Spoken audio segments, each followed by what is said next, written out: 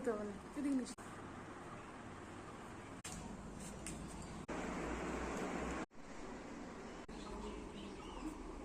Everyone, আমি সুমনা। আমি আবারও হাজির হয়ে গেছি বন্ধুরা। আমরা যেমন খেতে ভালোবাসি তেমন কিন্তু বন্ধুরা দেখতেও ভালোবাসি।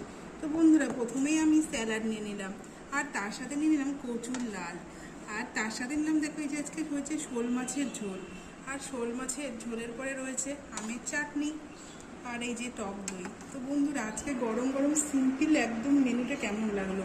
আশা করি ভালো লেগেছে। ভালো লাগলে লাইক, কমেন্ট, শেয়ার করে সাবস্ক্রাইব করতে ভুলো না বন্ধুরা।